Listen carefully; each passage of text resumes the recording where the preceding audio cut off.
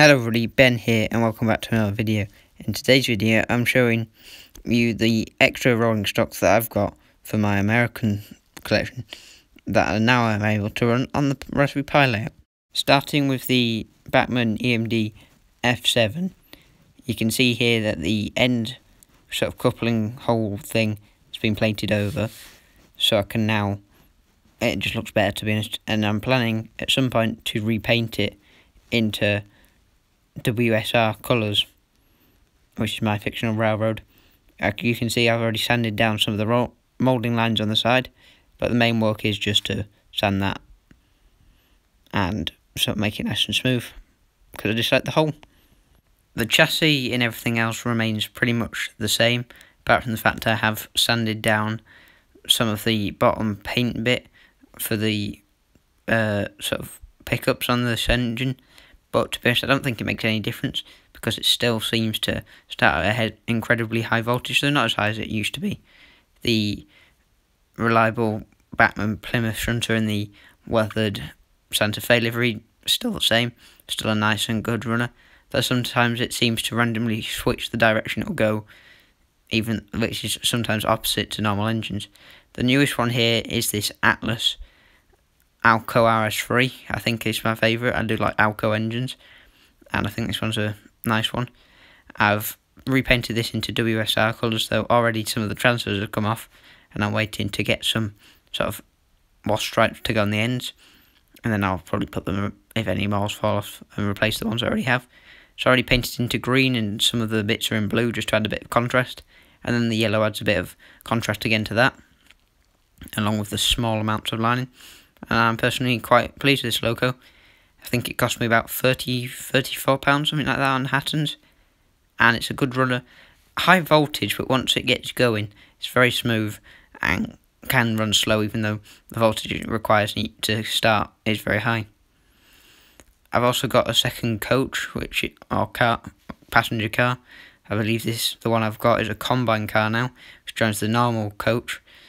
And it allows for a nice set that is incredibly smooth rolling, because they both seem to be very smooth rolling, and I have no idea why, but they are very nice, very smooth, and I wish more rolling stock was like this, to be honest. And I like these ones because they look like the narrow gauge ones, like on the DNRG.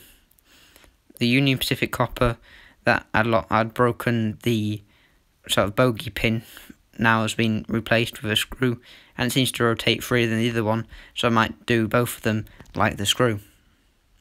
The other two short ones have been pretty much the same, nothing's changed with those. However, the caboose, I've painted the ends over in blue, and I'm going to mask them over and paint it in green shortly to become a WSR caboose. I'll have to see if I can make some custom transfers for like the radio equipped stuff that one has. Onto some new rolling stock now. We have this Burlington Northern grain hopper, which I really like, because the railroad is primarily set in Iowa. I can't really say that, can I? Iowa. There, I said it a bit better. I believe there's a lot of grain around there, so that'll be useful.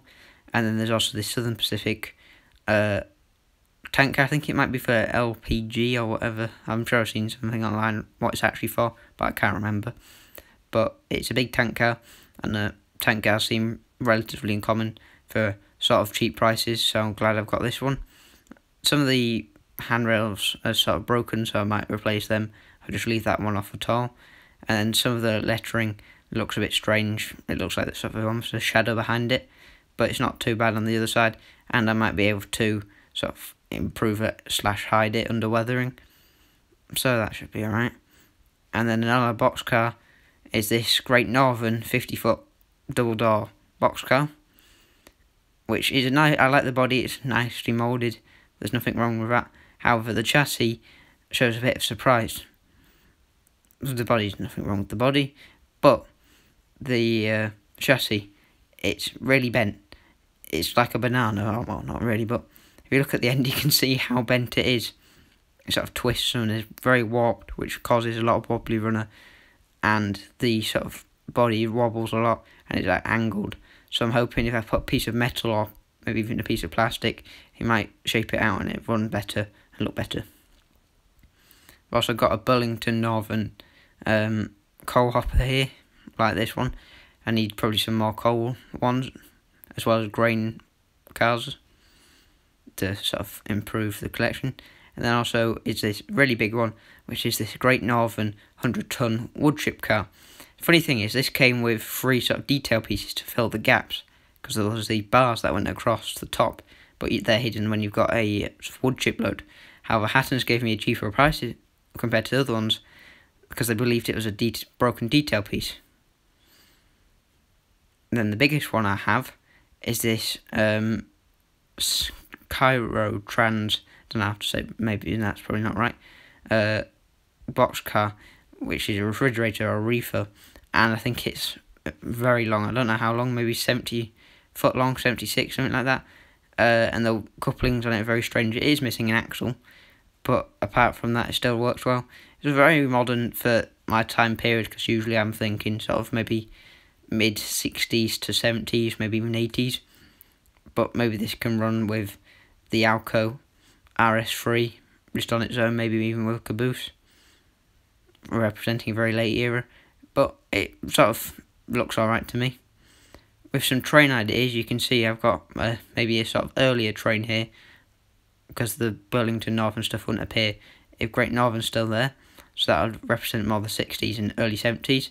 And I guess even the Batman Plymouth switcher could be added as well. So that train, if it wants extra power.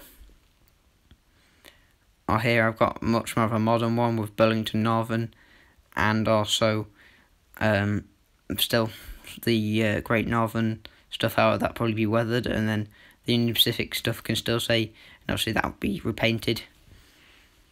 But that sort of represents a more modern one. I'd like to get another Alco RS-3 or maybe just other ones, but I guess those engines could work as well alongside it. And then also here's a coal train. I would like a lot more of coal cars, and obviously probably more engines to pull it. And I guess a similar thing with grain hoppers as well. And I guess even with a longer one, all 3 could be used on a train, often seen like that on short lines. And then finally this move with the caboose and the 2 old coaches. And now I'm going to leave you with some shots of the trains running.